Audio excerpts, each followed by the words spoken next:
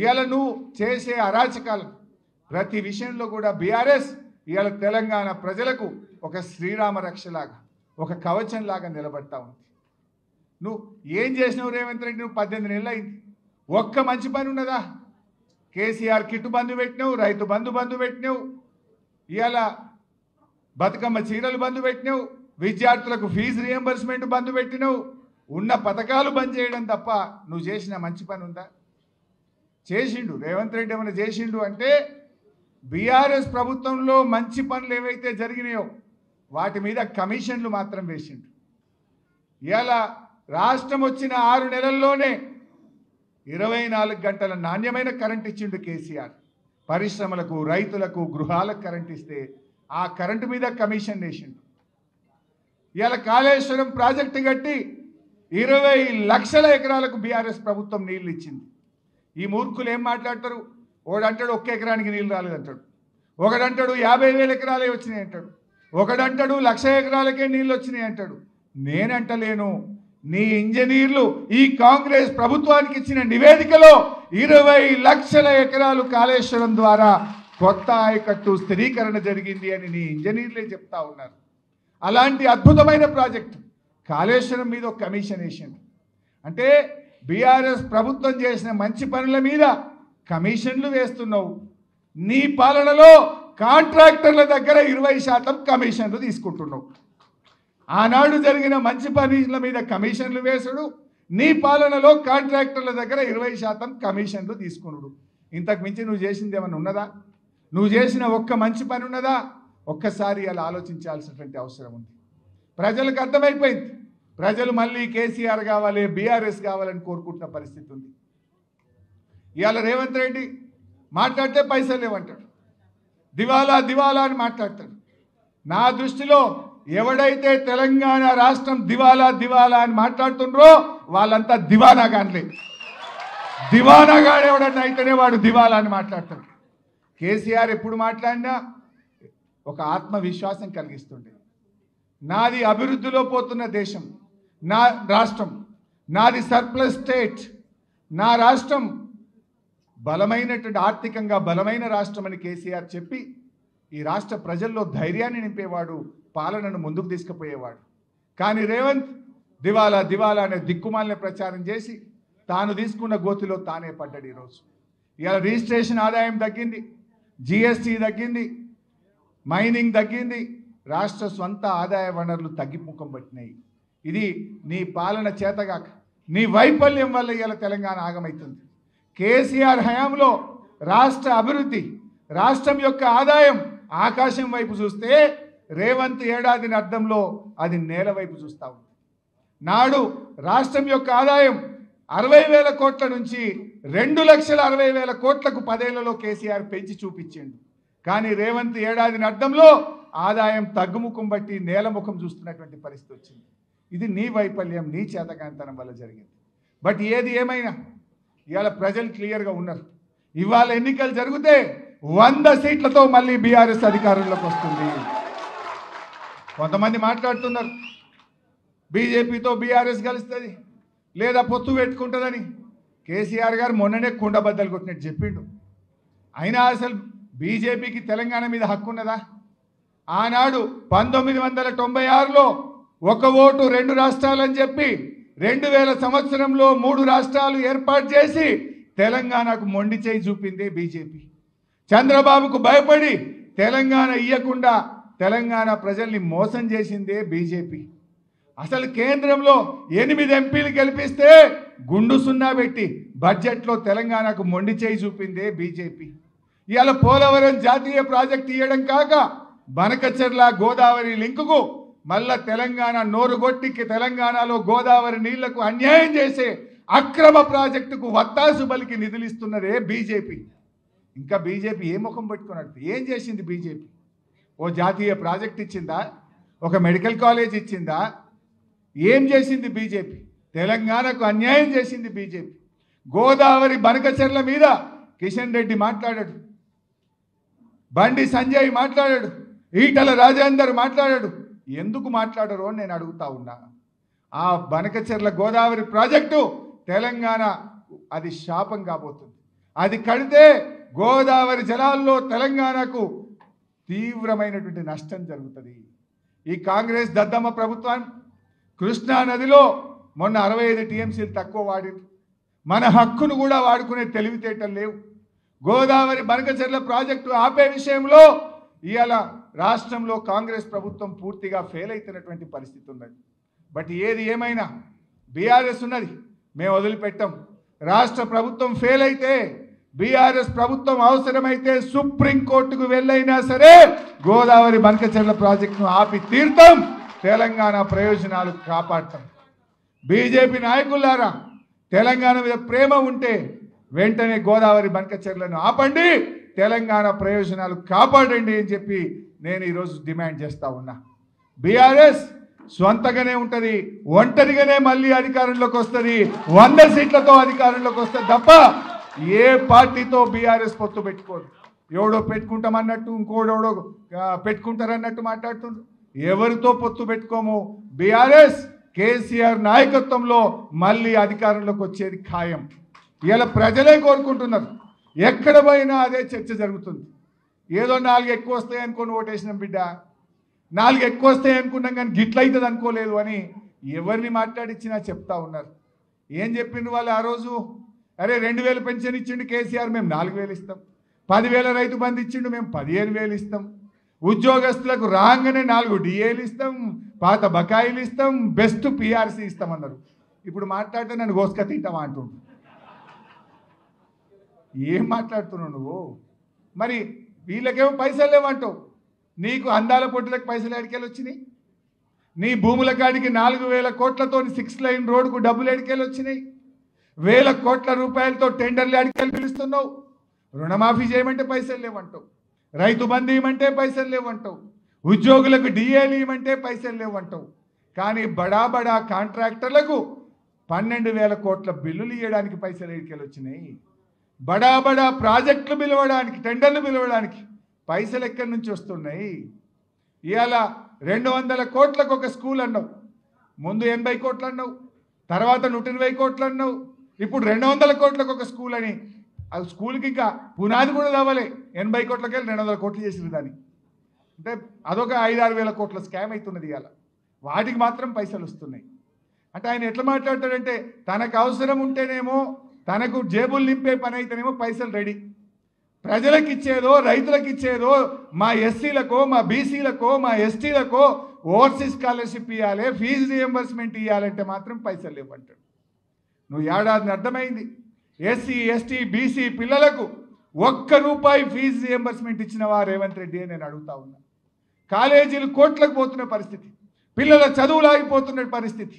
SC ST బీసీల మీద ఉన్న ప్రేమ ఇదేనని అడుగుతా ఉన్నా. బట్టి విక్రమార్క ఉప ముఖ్యమంత్రిగా ఉన్న మీరు ఈ ఎస్సీ ఎస్టీ బీసీల మీద మీకు ప్రేమ లేదా? మాటల్లో కోటలు దాటుతున్నాయి. ఎస్సీలు బీసీల మీద ప్రేమ ఒలకపోస్తున్నారు. కానీ ఆ పిల్లల చదువులు ఆగిపోతుంటే ఏడాదిని అర్థం నుంచి ₹1 ఫీజు రియంబర్స్మెంట్ ఇవ్వకుండా ఈ అన్యాయం చేస్తుంటే మీకు కనబట్టలేదా అని చెప్పి నేను ఈరోజు అడుగుతా ఉన్నా. మనందరం బీఆర్ఎస్ కార్యకర్తలం, బీఆర్ఎస్ కుటుంబ సభ్యులం ఇవాళ చాలా ఇబ్బంది పెడుతున్నారు మన మీద. నిన్న కూడా గౌతమ్ను తీసుకుపోయి అరెస్ట్ చేసి రాత్రంతా పోలీస్ స్టేషన్లో పెడితే బీఆర్ఎస్ లీగల్ సెల్ అద్భుతంగా పోరాడి గౌతమ్ను బయటకు తీసుకొచ్చింది. మన బీఆర్ఎస్ లీగల్ సెల్ ఒక ధైర్యాన్ని ఇచ్చి ముఖ్యంగా సోషల్ మీడియా యాక్టివిస్టులకు, విద్యార్థి ఉద్యమకారులకు, బీఆర్ఎస్ కార్యకర్తలకు మన లీగల్ సెల్ ఎంతో అండగా తెలంగాణ భవన్ నుంచి రాత్రి భవన్లు కృషి చేస్తుంది. ఇవాళ ఇప్పటికే కేటీఆర్ గారు కూడా చెప్పి ఉన్నారు, ఎవడెవడైతే అధికారులు ఇవాళ ఎక్సెస్గా ప్రవర్తిస్తున్నారో మనం కూడా తప్పకుండా రెడ్ బుక్లో రాసి పెట్టండి, వాళ్ళకు తగిన గుణపాఠం చెప్తాం.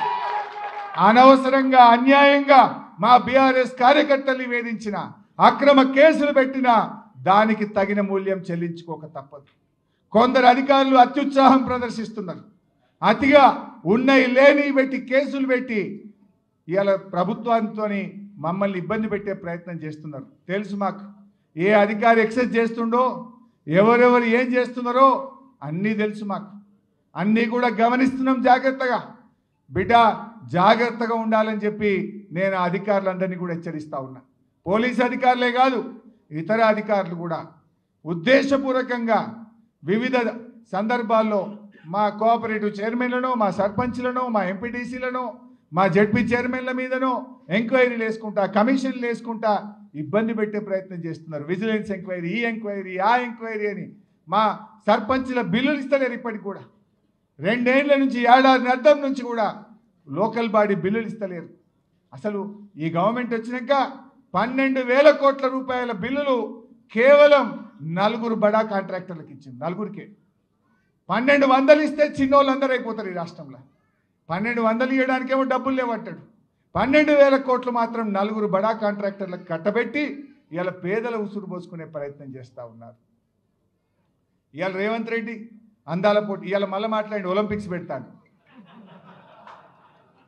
నువ్వు అందాల పోటీలు పెట్టడమే నీకు శాతగాలే. పరువు తీసినావు ఈ రాష్ట్రాన్ని పరువు తీసినావు.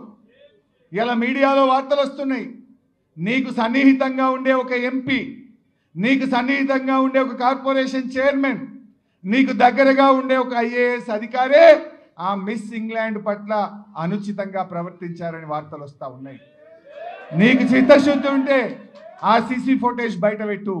నీకు చిత్తశుద్ధి ఉంటే వాళ్ళను కాంగ్రెస్ పార్టీ నుంచి సస్పెండ్ చేసి తక్షణమే వాళ్ళ మీద కేసులు నమోదు చేయి. ఈ రాష్ట్ర గౌరవాన్ని నిలబెట్టు. కేసీఆర్ తెలంగాణ గౌరవాన్ని ప్రపంచ పటంలో నిలబెడితే నువ్వు ఈ తెలంగాణ గౌరవాన్ని ప్రపంచం ముందు తల దించుకునే విధంగా చేసినావు. ఇవాళ తల వంపులు తెచ్చినావు ఈ రాష్ట్రానికి. ఇంకేంటంటే ఒలింపిక్ గేమ్స్ పెడతా అంటాడు. ఏం మాట్లాడుతున్నావు నువ్వు? ఇవాళ ఇప్పటికైనా సోయి తెచ్చుకో.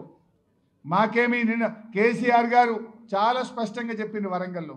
నిన్నేదో అర్జెంటుగా దించాలనో, మేమేదో గద్దెనెక్కాలనే ఆలోచనలో లేము అని కొండబద్దలు కొట్టినంత స్పష్టంగా కేసీఆర్ గారు చెప్పారు. ఇంకా 3 ఏళ్ళు టైం ఉంది. ఇప్పటికైనా మారు, కమిషన్లు బంద్ చేయి, ప్రజలకు అందుబాటులో ఉండు. ఈ పుణ్యాత్ముడు సెక్రటరీ పోతలేడు. అయితే ఆ జూబ్లీ హిల్స్ ప్యాలెస్లో కూర్చుంటుండు, లేకపోతే ఈ పోలీస్ కమాండ్ కంట్రోల్ రూమ్లో కూర్చుంటుండు. సెక్రటరీకి ఎందుకు పోతలేవు? పక్కన అంబేద్కర్ చూడడానికి నీకు ఇబ్బంది అవుతుందా? అంబేద్కర్ పేరు మీద సెక్రటరీ పెట్టినందుకు నీకు ఇబ్బంది అవుతుందా? ఎందుకు పోతలేవు సెక్రటరీకి అని నేను అడుగుతా ఉన్నా. ఇవాళ నువ్వు కేసీఆర్ ఆనవాళ్ళు తీసేస్తా అంటివి. ఏం తీసినావు నువ్వు? ఇలా ప్రపంచ అందాల పోటీలు నిర్వహిస్తే ఏం చూపించినావు వాళ్ళకు? సెక్రటరీ చూపించినావు, యాదాద్రి దేవాలయం చూపించినావు, పోలీస్ కమాండ్ కంట్రోల్ రూమ్ చూపించినావు, బుద్ధ భవన్ చూపించినావు. ఏం చూపించినావు నువ్వు? కేసీఆర్ ఆనవాళ్ళను నువ్వు కాదు, నీ తాత జేజమ్మలు వచ్చిన రేవంత్ రెడ్డి తొలగించలేవు. ఈ భూమి ఉన్నంత కాలం, తెలంగాణ రాష్ట్రం ఉన్నంత కాలం కేసీఆర్ పేరుంటది, బీఆర్ఎస్ పార్టీ ఉంటుంది అని చెప్పి నేను మనవి చేస్తా ఉన్నా. ఎవడోడో ఏదో మాట్లాడచ్చు. ఎవరు ఇవన్నీ చెరిపేస్తే జరిగే ఇవి సత్యాలు, చరిత్ర పుటల్లో నిలిచిపోయే అంశాలు ఇవి. ఏ ఒక్కరు తీసేటి కావు. ఎన్నో గొప్ప కార్యక్రమాలు జరిగినాయి. ఇప్పటికైనా 3 ఏళ్ళు నిజాయితీగా పాలించు, ప్రజా సమస్యలు పట్టించుకో, ప్రజల పక్షాన నిలబడు. చరిత్ర పుటల్లో ఒక చరిత్రహీనుడుగా మిగిలిపోకు. ఇప్పటికైతే నువ్వు తెలంగాణ ద్రోహివే. అదైతే నీకు జీవితంలో పోదు. ఎందుకంటే నువ్వు ఎన్నడూ జై తెలంగాణ అనలే, ఎన్నడూ అమరులకు శ్రద్ధాంజలి ఘటించలే, ఎన్నడూ ఉద్యమంలో పాల్గొనలే, ఎన్నడూ తెలంగాణ కోసం రాజీనామా చేయలే, ఎన్నడూ నువ్వు తెలంగాణ కోసం మాట్లాడలే. నువ్వు ఉల్టా ఉద్యమకారుల మీద తుపాకీ గురిపెట్టిన తెలంగాణ ద్రోహివి. అది మాత్రం నువ్వు చెరిపేసుకోలేవు. తెలంగాణ ద్రోహిలో లిస్టులో రేవంత్ రెడ్డి పేరు కూడా ఉంటుంది గ్యారంటీగా. కానీ చరిత్రహీనుడిగా మిగులుతావు. ముఖ్యమంత్రిగా ఈ రాష్ట్రానికి అన్యాయం చేయకు, రాష్ట్ర ప్రజలు తలదించుకునే విధంగా చేయకు. అందాల పోటీల నిర్వహణలో రాష్ట్రానికి పరువు తీసినవు. పక్క రాష్ట్రం కృష్ణా నదిలో అధిక నీళ్లు వాడితే ఆపలేక నువ్వు మరి నీ గురువుకు దాసోహమైనవు. ఇప్పుడు గోదావరి మీద బనకచెర్ల ప్రాజెక్టు కడితే మళ్ళొక్కసారి తెలంగాణకు అన్యాయం జరగబోతా ఉంది. పోరాడతావా? పోరాడు. అఖిలపక్ష సమావేశం పెట్టు, అసెంబ్లీ సమావేశాల్ని వెంటనే పెట్టి దాని మీద చర్చ పెట్టు. ఢిల్లీకి ప్రధానమంత్రి దగ్గరికి పోదాం, పోరాటం చేద్దాం. అవసరమైతే ఢిల్లీలో ధర్నా చేయడానికైనా నీ వెంట రావడానికి బీఆర్ఎస్ పార్టీ సిద్ధం. నువ్వు ధైర్యంగా ఉన్నవా? నిజాయితీగా ఉన్నవా?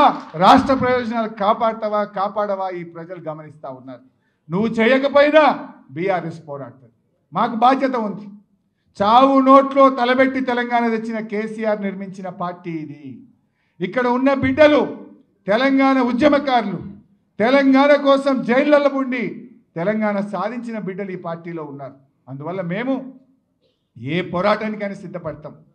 మాకు అధికారం ముఖ్యం కాదు, ఈ రాష్ట్రం ముఖ్యం, రాష్ట్ర ప్రయోజనాలు ముఖ్యం కనుక తప్పకుండా మేము పోరాడతాం. నువ్వు పోరాడకపోతే ఇవాళ మా సవితక్క కూడా మాట్లాడుతూ చెప్పిండ్రు, నిజంగా అక్క మేము ఎప్పుడు పోయినా హోంమంత్రిగా ఉండేది, మమ్మల్ని మాత్రం చాలా ప్రేమగా చూసుకునేది, వీలైనంత వరకు మీరు జాగ్రత్త అని మాకు చెప్పేది. కానీ నేను ఒక విషయం నిజాయితీగా చెప్తున్నా, ఉద్యమంలో ఆ రోజు మమ్మల్ని అరెస్ట్ చేస్తే ఇంత భోజనం పెడుతురు, 5 గంటలకల్లా పంపిద్దరు. కానీ ఇలా రేవంత్ రెడ్డి లెక్క దొంగ రాత్రి 12 గంటలకు వచ్చి ఎత్తుకపోవడు, 2 గంటలకు వచ్చి ఎత్తుకపోవడు మాత్రం ఆ రోజు లేదు. ఆడవిల్లలు ఎత్తుకపోయారు కదా మొన్న జర్నలిస్ట్ను, దొంగ రాత్రి 2 గంటలకు 3 గంటలకు వచ్చి ఎత్తుకపోవడు. ఆనాడు మేము ఎంత పోరాటం చేద్దాం, అరే దేనికి వెనకకు పోకపోదు, పడవెక్కి కూడా హుస్సేన్ సాగర్ ఎక్కిన ఆ రోజు. మేము రేపు పోరాటం ఉందంటే కూడా పొద్దుగాల 6 గంటలకు వచ్చి పట్టుకపోయేది, కానీ 8 గంటలకు వచ్చి పట్టుకపోయేది తప్ప ఈ రేవంత్ రెడ్డి లెక్క 12 గంటలకు రాత్రి అయితే పట్టుకపోలే ఆ రోజు. ఆనాడు సీమాంధ్ర ప్రభుత్వం ఉన్న సబితక్క లాంటి తెలంగాణ బిడ్డ ఉన్నది కనుక ఆ రోజు మాకు ధైర్యం ఉండేది, అట్లా చూసుకున్నటువంటి పరిస్థితులు ఉన్నాయి. అందుకే ఇవాళ ఆలోచన చేయాలి. ఇవాళ రాష్ట్రంలో లా అండ్ ఆర్డర్ మొత్తం కూడా నిజంగా ప్రజల కోసం పనిచేస్తలేదు, ప్రతిపక్షాల మీద కేసులు పెట్టుడు, బీఆర్ఎస్ కార్యకర్తల్ని వేధించుడు, మమ్మల్ని తిప్పల పెట్టడం మీదనే తప్ప ఎక్కడన్నా ఒక్క దాంట్లో ఇవాళ ప్రజల కోసం పనిచేస్తుండ్రా? రేవంత్ రెడ్డి వచ్చినాక లా అండ్ ఆర్డర్ పడిపోయింది, ఈ రాష్ట్రంలో కేసులు పెరిగినాయి, కేసుల సంఖ్య 30% పెరిగింది. ఇవాళ ఏ రంగంలో చూసినా అదే పరిస్థితి కనబడతా ఉంది. బట్ మనం ఇప్పుడు స్థానిక సంస్థల ఎన్నికలు వస్తాయంటున్నారు, ఆయన నాకు తెలిసైతే ఆయనకు ధైర్యం లేదు. కానీ స్థానిక సంస్థల ఎన్నికలు వస్తే కూడా తప్పకుండా బీఆర్ఎస్ పార్టీ బ్రహ్మాండమైన ఫలితాలు సాధిస్తుంది. దానికోసం మన కార్యకర్తలు, కుటుంబ సభ్యులు అందరూ కూడా, బీఆర్ఎస్ కుటుంబ సభ్యులు సిద్ధంగా ఉందాం. రేపు ఎలాంటి స్థానిక సంస్థలు, మండల పరిషత్లు, జిల్లా పరిషత్లు, మున్సిపాలిటీలు ఏదొచ్చినా కూడా ఇలా ప్రజలు కాంగ్రెస్కు బుద్ధి చెప్పడానికి సిద్ధంగా ఉన్నారు. మనం కూడా సమాయత్తం కావాలని చెప్పి కోరుకుంటూ ఈ బీఆర్ఎస్ పార్టీ కేసీఆర్ గారి నాయకత్వంలో తెలంగాణ ప్రజల పక్షాన చివరి దాకా ఉంటుందని చెప్పి నేను మీ అందరికీ మనవి చేస్తూ, ఇక సరేలే చాలా లేట్ అయిందని మా వాళ్ళు లేస్తుండ్రు, లగచర్ల ఉన్నది, ధాన్యం సేకరణ ఉన్నది, ఇంకా చాలా విషయాలు ఉన్నాయి. కానీ నేను వాటిల్లోకి పోకుండా మీ అందరికీ శుభాకాంక్షలు. జై తెలంగాణ.